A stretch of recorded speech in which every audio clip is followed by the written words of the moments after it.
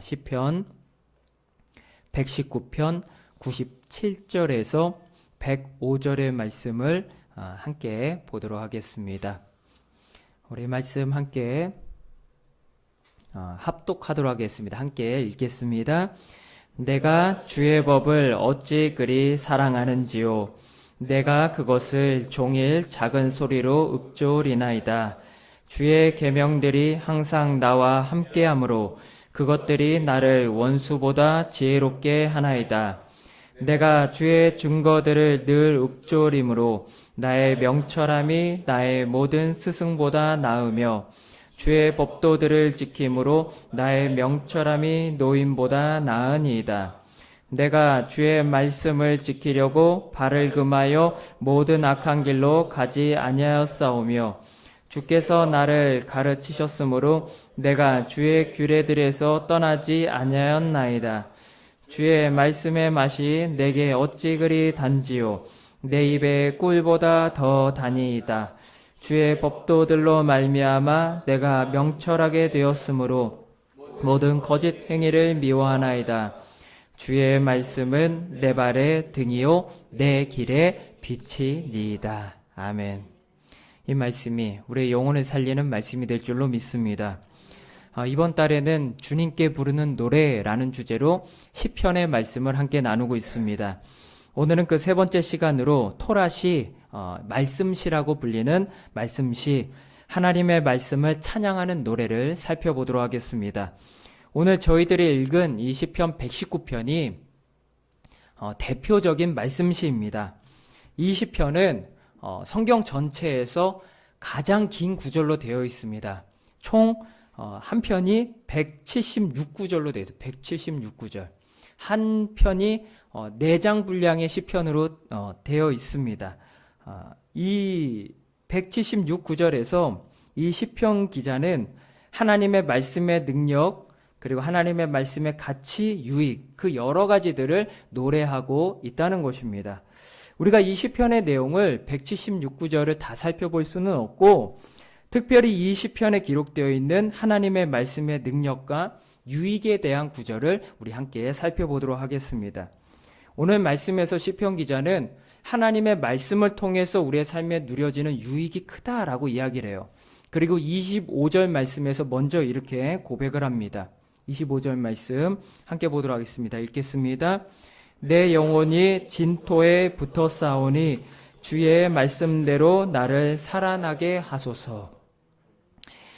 여기서 내 영혼이 진토에 붙었다라는 말은 내 인생이 밑바닥까지 떨어졌다라는 의미예요. 쉬운 말로 내 인생이 완전히 망했다라는 의미입니다. 내 인생이 하나님, 내 인생이 밑바닥까지 떨어졌습니다. 하나님, 내 인생이 망했습니다. 그런데 그런 인생에 하나님의 말씀의 은혜를 베풀어 그 말씀의 능력으로 밑바닥에 떨어진 내 인생을 다시 살게 하옵소서라고 고백하고 있는 거예요. 왜 이것을 갈망하는가? 이것이 바로 말씀의 능력이기 때문입니다. 하나님의 말씀은 진토 가운데 떨어진 인생 가운데 임하여 그 영혼을 살려내는 능력이 있습니다. 아무리 무너진 인생이라 할지라도 하나님의 말씀이 그 가운데 임하면 그 인생을 다시 살리는 것이 바로 하나님의 말씀의 능력이다라는 것입니다. 호주에서 살아가는 분 중에 태어날 때부터 중증 장애인으로 태어나신 분이 있습니다. 우리 화면 한번 보여드릴까요? 다 아시죠? 많이 보였죠? 힐링 캠프에도 나왔던 분인데 닉 부이치치라는 분입니다. 이분은 태어나면서부터 중증 장애를 가지고 태어났습니다. 팔, 다리 모든 것이 없었고 왼쪽 발 하나만 이렇게 정상 있었던 그런 상태로 태어났습니다. 이분이 청소년기가 되면서 자신의 신체의 약함을 깨달았어요. 다른 친구들과 내가 다르다는 것을 깨닫게 되었습니다.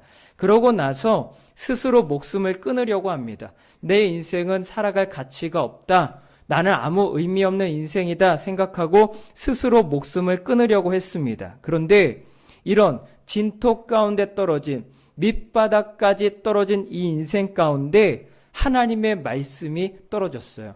하나님의 말씀이 그 가운데 임하기 시작했습니다. 이분의 인생을 밑바닥에서 건져낸 것은 다른 구절이 아니라 요한복음 9장 3절의 말씀인데, 이 구절의 말씀이 뭐냐면 사람들이 앞 못 보는 사람을 보면서 이렇게 물어요. 예수님한테. 이 사람이 앞을 못 보는 것이 누구의 죄 때문입니까? 부모의 죄 때문입니까? 라고 물었을 때 예수님이 그들에게 이렇게 대답을 하십니다. 그것은 누구의 죄 때문이 아니라 그에게서 하나님의 하시는 일을 나타내고자 하심이라 라는 말씀이 있습니다. 이 구절이 이분의 가슴을 두드립니다. 이분의 마음에 떨어진 거예요. 누구의 죄나 잘못이 아니라 하나님이 나를 통해서도 하실 일이 있구나. 나를 이 땅에 보내신 이유가 있구나 라고 하는 것을 그 말씀 한 구절을 통해서 알게 됩니다. 그리고 이분이 그 말씀 한 구절을 붙들고 살아가기 시작해요. 그리고 어떤 인생이 되냐면 이 땅에 있는 절망한 청소년들에게 소망을 전하는 메신저가 돼요. 그래서 이분이 가는 곳마다 좌절했던 청소년들이 일어나기 시작하고 자살하려고 했던 사람들이 다시 희망을 얻고 걸어가기 시작을 했다는 것입니다. 이분의 인생을 보면 완전히 무너진 인생입니다. 오늘 말씀의 구절대로 진토 가운데 던져진 인생입니다. 밑바닥 인생입니다. 그런데 이 한 사람의 인생을 다시 일으킨 게 무엇이냐면 바로 하나님의 말씀이었다는 거예요. 하나님의 말씀이 그 가운데 임하자 그 무너진 인생을 다시 일으켰고 새로운 인생을 살아가도록 하나님께서 인도해 주셨다는 것입니다.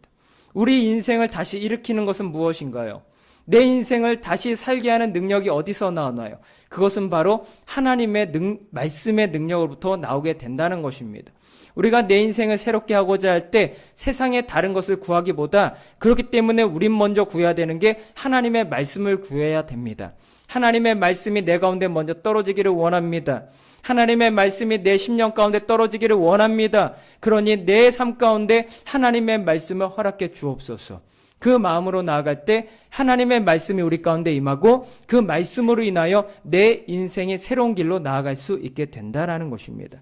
그 은혜가 우리의 삶 가운데 충만히 임하기를 축복을 드립니다.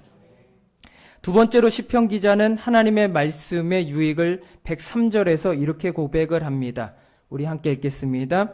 주의 말씀의 맛이 내게 어찌 그리 단지요 내 입에 꿀보다 더 다니이다. 아멘. 하나님의 말씀은 우리의 삶 가운데 참된 기쁨과 즐거움을 준다라고 고백하고 있습니다. 이 당시에 사람들에게 가장 큰 즐거움을 줄 수 있었던 음식이 무엇이냐면 바로 꿀입니다. 지금 시대처럼 사탕이 있거나 어떤 가공제품이 있었던 시대가 아니기 때문에 그 당시에 사람들에게 가장 큰 기쁨을 줄 수 있었던 것이 바로 꿀이에요. 가장 큰 기쁨, 즐거움인데 시편 기자는 이렇게 고백하는 거예요. 이 세상에서 가장 큰 기쁨을 줄 수 있는 꿀보다 하나님의 말씀이 더 답니다. 더 즐겁습니다. 더 기쁩니다. 이 세상의 어떤 즐거움보다 우리에게 만족을 주는 것, 기쁨을 주는 게 바로 하나님의 말씀이다라는 거예요. 우리가 세상에서 우리가 원하는 것을 얻게 되었을 때도 우리는 즐거움을 얻을 수 있습니다. 많은 것을 즐거움을 얻지요. 당연한 것이지요. 하지만 하나님의 말씀이 들어왔을 때는 그 기쁨은 그것들과는 비교 자체가 안 됩니다. 하나님의 말씀이 내 인생에 들어왔을 때는 그 만족과 유익이 내 영혼까지 풍성해지는 그 유익이 너무나도 기쁘고 우리 가운데 참된 즐거움으로 다가오게 된다라는 것입니다.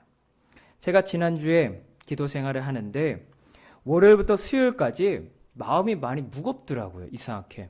기도를 하는데도 뭔가 막힌 것 같고 눌린 것 같고 어려운 것 같고 힘든 것 같고 하나님과의 접촉이 잘 일어나지 않아요. 풍성한 은혜가 느껴지지 않아요. 그랬더니 삶에 기쁨이 없습니다. 지치게 해요. 세상에 많은 즐길 것들이 있고 내가 좋아하는 것들이 많이 있지만 너무 감사하게 많이 있지만 하나도 재미가 없고 즐겁지가 않더라고요. 그러다 보니까 은연중에 이런 고백을 하게 돼요. 웃음을 잃어버린 것 같아. 내 삶 가운데 웃음을 잃어버린 것 같아 라는 고백이 나와요. 그런데 이제 목요일이 됩니다. 그 시간을 이겨내고 목요일날 하나님 앞에 또 기도하러 나왔습니다. 그런데 그때 하나님의 은혜가 서서히 임하기 시작하는 거예요. 스며들듯이 임하기 시작하는 거예요. 하나님의 은혜가 임하니까 너무 큰 은혜도 아니었어요. 그냥 아주 작은 은혜. 스며드는 은혜가 임하기 시작하니까 그제서야 내 마음 가운데 기쁨이 찾아오더라고요. 하나님 앞에 이렇게 고백했어요. 하나님, 제가 이제야 살겠습니다. 하나님 큰 은혜가 아니어도 상관없고 제가 이렇게 숨만 쉬기만 해도 살 것 같습니다 라는 고백을 하게 돼요. 그리고 그 은혜가 있으니까 제 삶 가운데 있었던 다른 모든 것들이 다 기뻐져요. 하나님의 말씀은요, 능력이 그래요.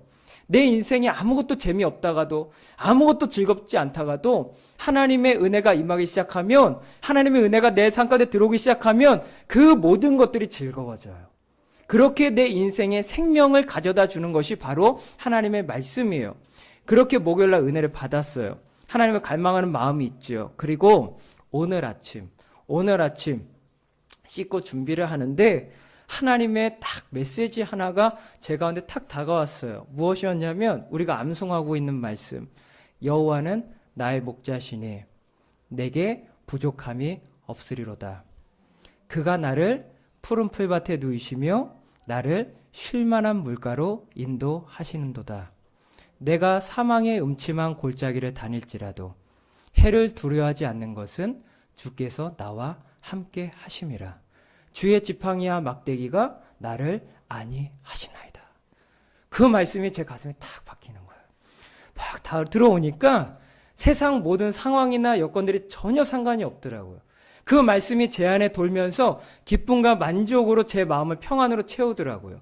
그 말씀이 제 안에 들어왔습니다. 그것이 만족이 되고 기쁨이 됨을 경험하게 되었다는 것이죠. 바로 이것이 말씀의 능력입니다.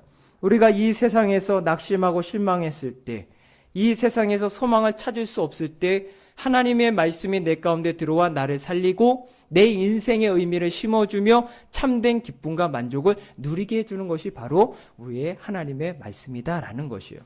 오랜 기간 동안 그걸 잊어버리고 있어도 상관없습니다. 이번 주간에 또 오늘 예배를 통해서 그 말씀의 기쁨을 누리는 은혜가 회복되기를 축복을 드립니다. 마지막으로 시편 기자는 105절에서 이렇게 고백을 합니다. 말씀의 유익이죠. 105절 말씀 함께 읽겠습니다. 시작. 주의 말씀은 내 발의 등이요 내 길의 빛이니이다. 하나님의 말씀의 유익은 무엇인가요? 우리의 삶을 안전하게 인도해 주는 역할을 또한 한다라는 것이에요. 저희 아이들이 올해 초등학교에 갔습니다. 이제 학부형인데요. 다행히 학교가 교회 집 바로 옆에 있어서 너무 많이 편안합니다. 코너 돌면 학교예요. 너무나도 편안한데 아무리 학교가 집하고 가까워도 아이들이 처음 입학했을 때 아이들이 혼자서는 학교에 갈 수가 없지요. 길을 모릅니다. 초행길이 아무리 가까워도 초행길은 혼자 갈 수가 없습니다. 만약 학교에 저희 아들이 너무 똑똑해서 혼자 갈 수 있다 하더라도 교문까지 갈 수 있다 하더라도 자기 반이 어디이며 자기 선생님이 누구이며 찾아갈 수 없습니다. 그런데 이 아이는 걱정할 필요가 없습니다. 초행길을 가면서도 전혀 걱정할 필요가 없어요. 왜요? 그 길을 알고 있는 부모가 그를 인도해 주기 때문이죠. 저희가 데리고 갑니다. 이쪽으로 가면 돼. 이 반이 너희 반이야. 저 선생님이 너희 선생님이야. 여기가 너의 자리야. 그랬더니 그 아이는 아무 걱정 없이 그 목적지에 도착해서 자기 인생을 살게 된다는 것입니다. 초행길이지만 걱정할 필요 없어요. 왜요? 인도자가 있기 때문이라는 것입니다. 말씀이 우리의 삶에 이런 역할을 합니다. 내가 어디로 가야 알지 못할 때, 어떻게 살아야 될지 알지 못할 때 그 길을 가르쳐주고 인도해 주는 것이 하나님의 말씀이라는 거예요. 그 가는 길이 위험하면 아니야. 그쪽 길 아니야. 가지 마. 거기 학교 아니야. 카센터야. 거기 들어가지 마. 그 길 아니야. 잘못된 길이야. 얘기해주고. 그쪽 길이 좋아 보이면 그쪽 길로 인도해 주는 거. 그쪽 길 가면 안 돼. 멸망의 길이야. 이쪽 길로 가면 좁은 길처럼 보이지만 생명으로 가는 길이야. 우리를 인도해 주는 게 바로 하나님의 말씀이다라는 것입니다. 모든 인간은 한 번 태어나서 한 번 죽습니다. 그래서 우리가 살아가야 하는 모든 시간은 다 초행길이에요. 여러분, 우리 인생길은요, 우리가 조금 후에 있는 그 시간도 다 초행길이에요.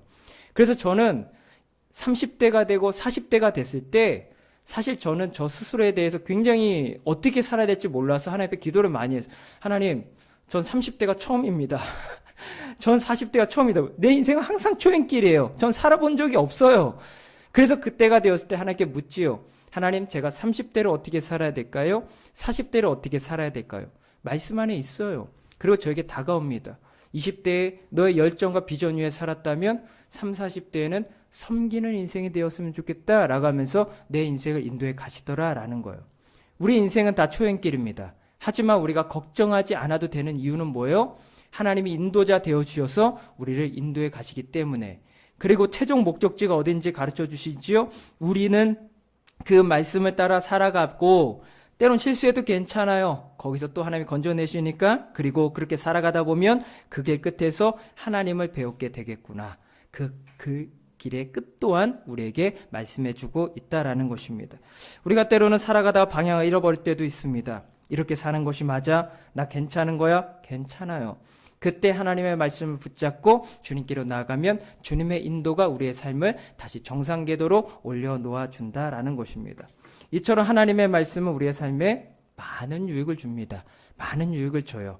그 말씀을 의지하여서 사모하여서 말씀이 주는 유익을 충만히 누리며 살아가는 귀한 인생 되시기를 축복을 드립니다. 함께 기도하겠습니다.